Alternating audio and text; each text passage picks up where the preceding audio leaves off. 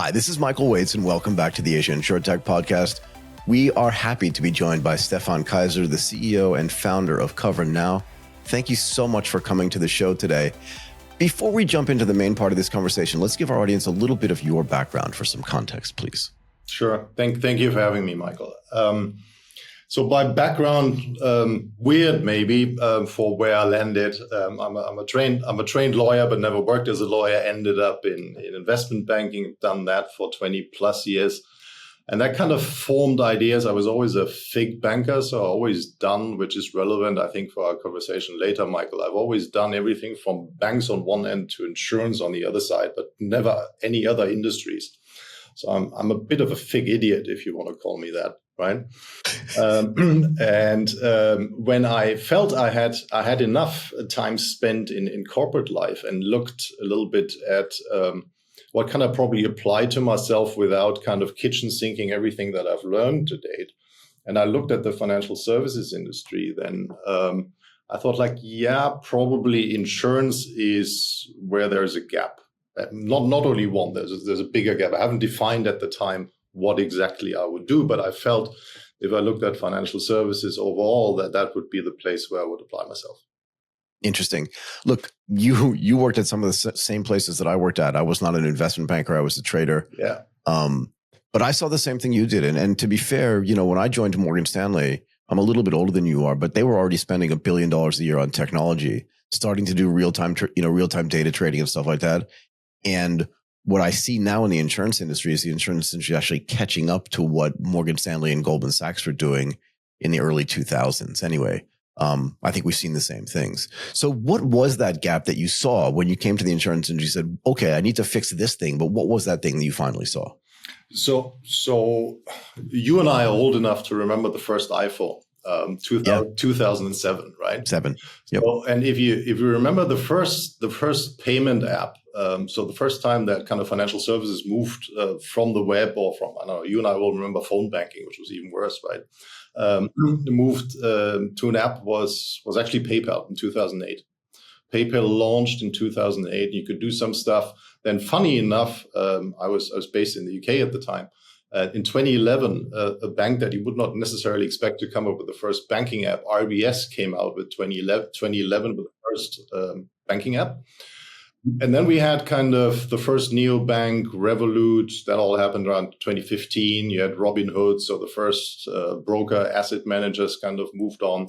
And then you had Lemonade at the tail end of that, right? But if you look at it at that point in time, what you actually see is that the entire financial services industry has moved from the web onto an app. And the one industry that stuck out to me that didn't do that, at least not forceful, was insurance. And I have a little theory around that, which I want to share with you because I looked it up this morning again. It's do you remember? Obviously, we probably all remember the financial service industry crisis, 2009, right?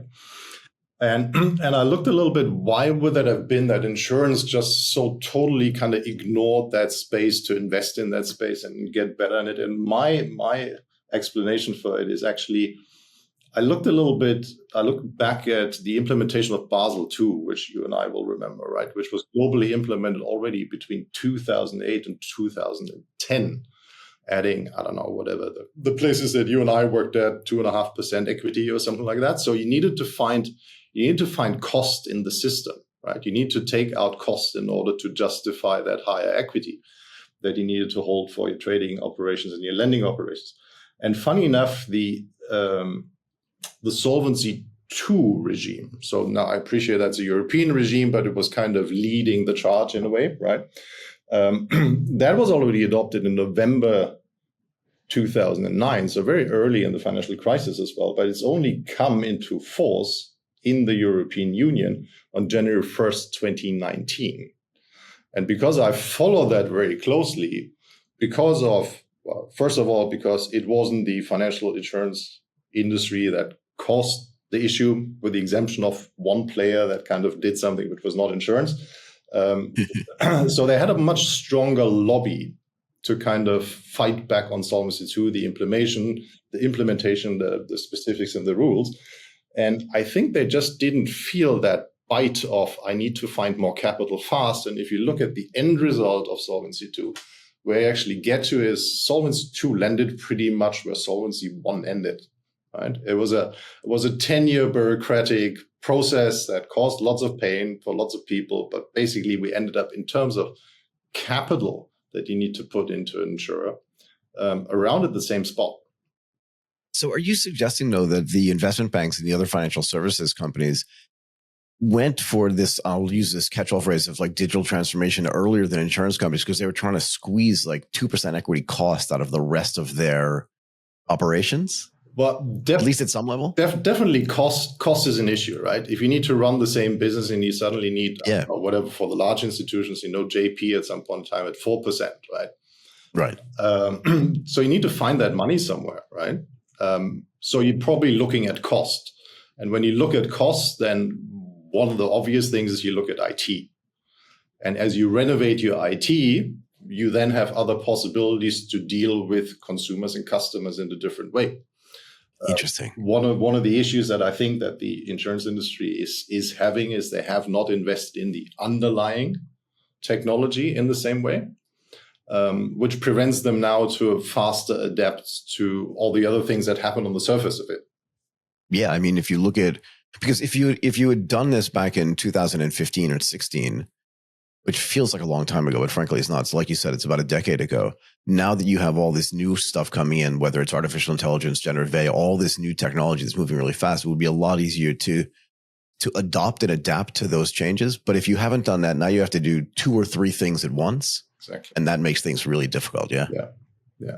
I think that's one of the reasons why we're there. So that's kind of where I felt like, well, there's more stuff to do there, right?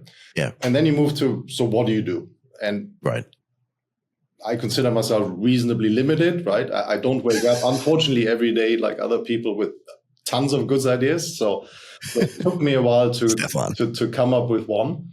And that was the one that I was pursuing then. And we wanted to do 2 things. We felt that, first of all, that needs to go on a mobile.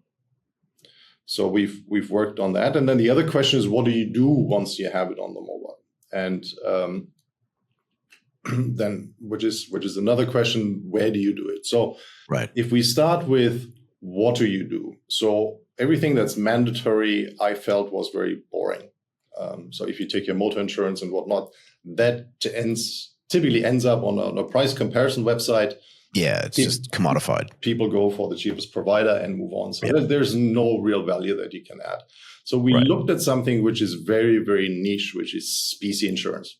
We called it items insurance when we walked out of it. And the reason for that was why we thought that was interesting, which was also one of the reasons why we actually set up shop in Singapore and are now also live in Hong Kong for a couple of weeks, was that industry is hard to kill, right? So I kind of did a bit of homework for today, and I looked at the long-term performance of the luxury industry, right? So the average for the last 20 years is a CAGR of 5.5 to 6, between 5 and 6%, right?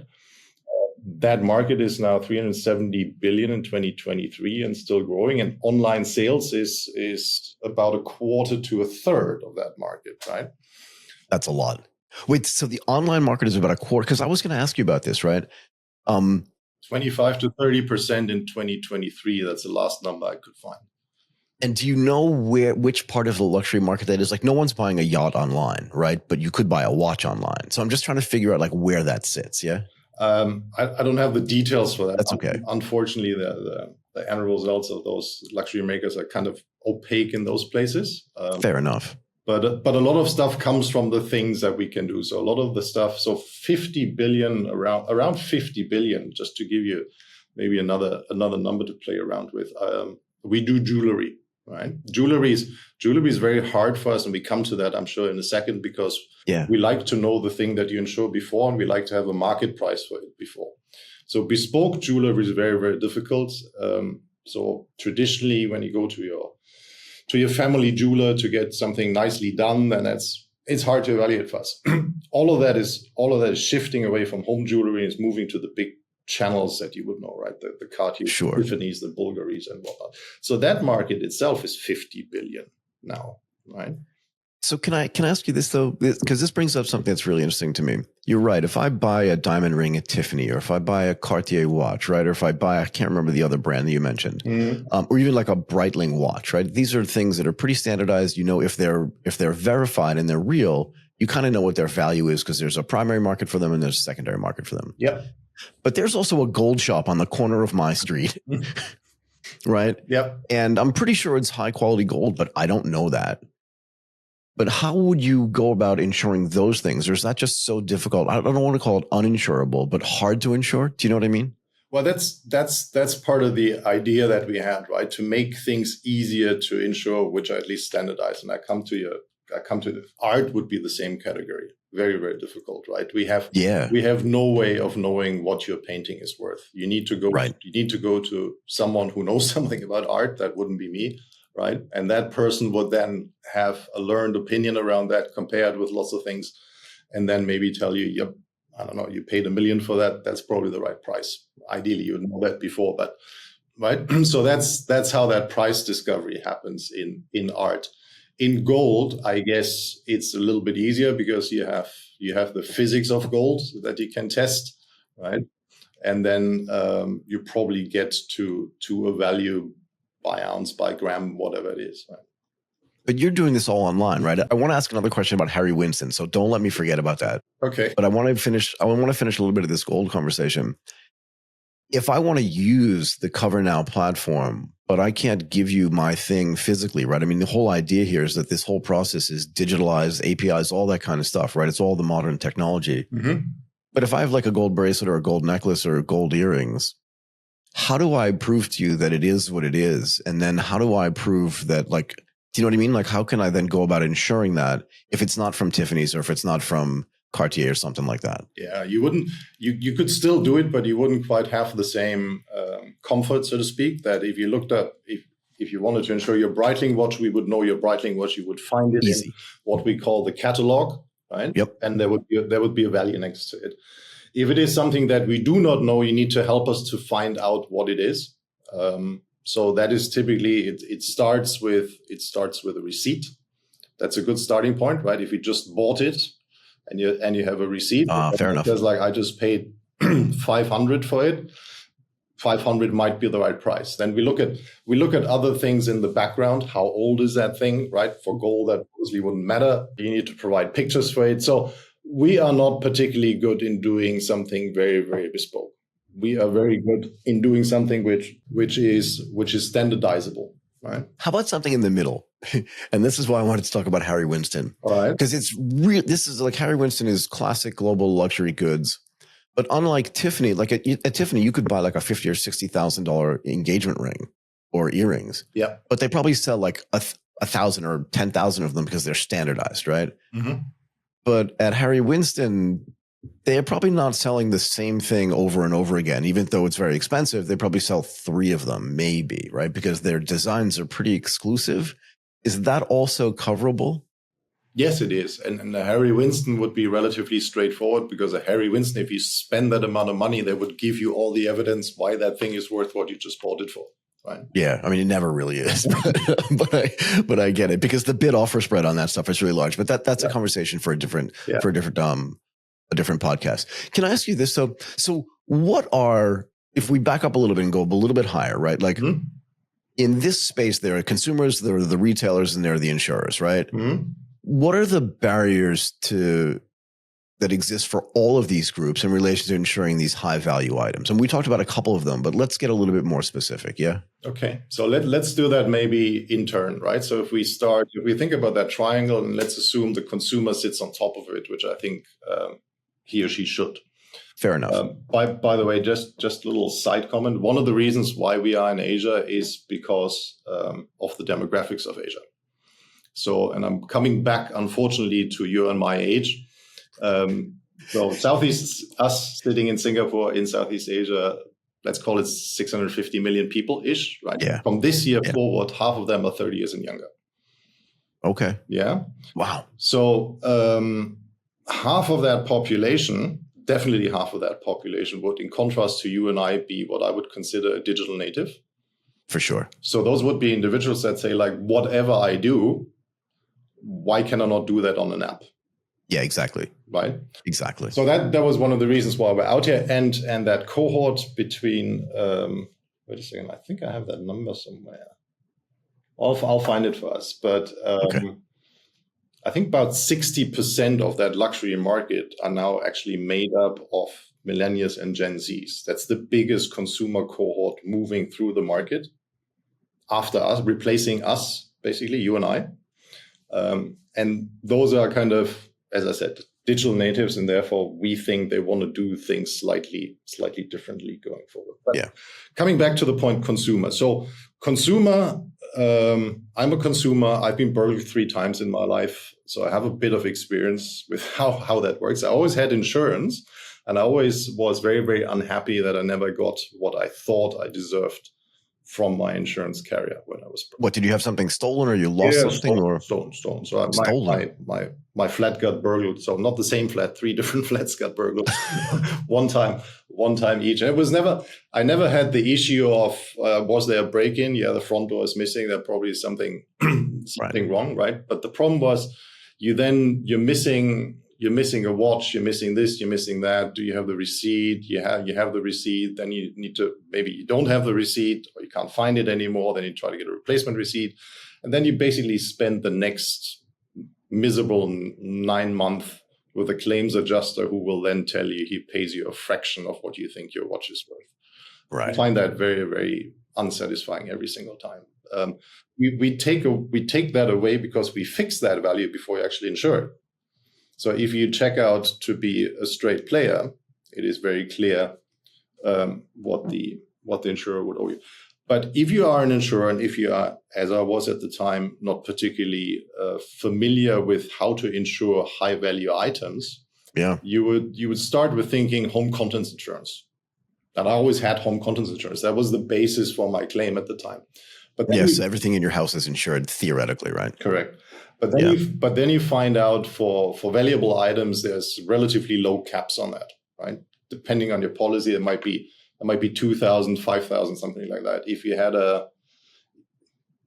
had a nice watch or just came home from Harry Winston, that wouldn't cut it, right? That's no relevant protection. It's only in the house.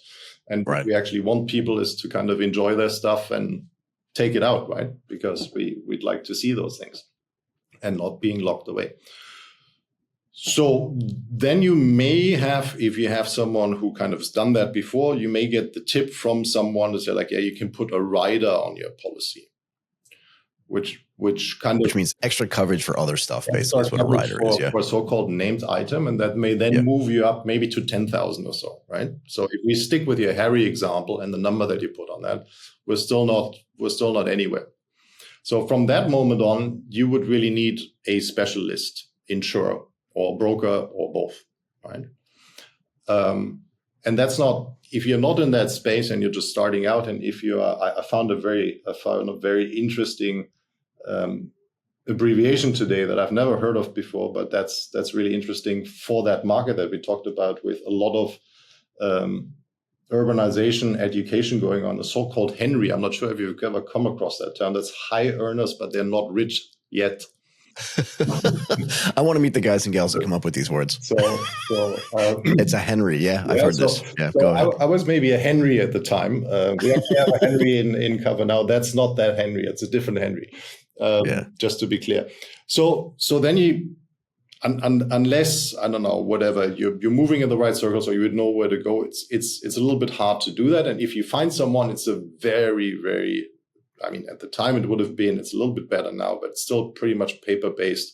You do a lot of disclosure. You need someone to help you go through that. Then you send off your form, then you get a quote, and a couple of weeks later you might be insured. And that's all good, right? That's all fine. But we thought somehow that feels burdensome, right? Yeah.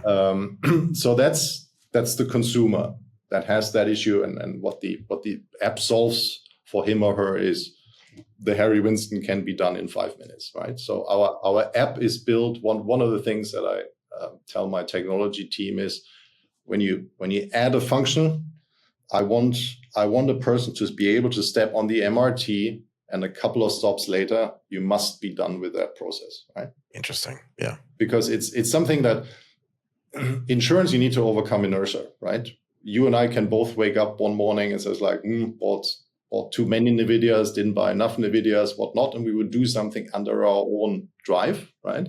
With insurance, that's slightly different. You need to overcome that hurdle. And the next best thing that we can think of, if you have inertia, you need to overcome that, is make it very, very convenient. Yeah. Right. And you send me a text and says, do you want to go for a beer? And then I'm distracted. And right. But is there an embedded way to do this as well? This is the thing I was going to ask you earlier, right? Because before we started recording, I was thinking myself this morning as well. These luxury items, and I didn't know the statistics you were going to share with me, that so many of these luxury items are actually transacted online. I would not have guessed that, actually, right? Because for me, I'll tell you a funny story. This was a while ago. It must be like 15 years ago now. I can't remember when. One of my buddies wanted to buy a watch, and it was like a $40,000 or $50,000 watch. And he said to me, there's a shop in the Hong Kong airport that sells it, but I'm not going to be going to Hong Kong for a while. Can you pick it up for me? This is what my friends were like. They were making way too much money, by the way. And it kind of scared me, but I went and I actually bought the watch for him. Right. And then when I got home, I gave him the watch and trip, but it was really, really scary, but I wouldn't have bought that thing online. And neither would he. I don't know if back then you could have, but even if you could have, I think I wanted to see it, feel it, touch it first, because it was so expensive. Yeah. Right. That it surprised me. But if you can then take that and make the insurance possible to buy at the same time, this is the embedded theory that we were talking about just now. Is that also something that KoverNow does, that embeds? So do you work with retailers, both big ones and small ones, like partner with Harry? I'm just using Harry Winston. And the reason why I have Harry Winston on my brain is because I bought my wife some Harry Winston earrings. Good man. And I don't think they're insured, but don't tell anybody that. But if you partner with them, can you work with them then to embed stuff for them? So at the point of sale, that insurance is already kicking in. Yeah. Let's talk about that. So we talked about the issues that the consumer has. If we move to the retailer, and in retailing, we're ticking off a couple of things that actually have not so much to do with what we do for the consumer, but what we can do we consider ourselves a value extension, an added service that a retailer can add on to the scared Michael that walks out of the shop and would maybe preferred to already have that thing insured in case something were to happen on his way back to wherever you were going at the time. Yeah, I kind of wish that the Harry Winston gal had offered me some insurance, because when I went from Ginza to home, I was a little bit scared. I mean, Japan's pretty safe, but still, if you feel like you smell like diamonds, do you know what I mean? Yeah, exactly. So, so we offer that value extension, and then the answer to the question of can it be bundled? Is it depends. And it depends, as always, on regulation and how insurance can be legally distributed and who can distribute insurance, right? Yep. Between Singapore and Hong Kong, where we do have licenses, that is pretty clear. In other jurisdictions, that is a little bit more flexible. In others, it's more restrictive. And then on top of it, you would appreciate that in Asia, where we're fortunate as being able to build business with too many consumer protection rules on top of it. But if you go to other markets like Australia or the UK, that's very, very heavy, right? So you need to kind of deal with all of that. But the minimum we can do is what we just did for the first partner that we picked up and started with in Hong Kong is a company called Aristo Watches.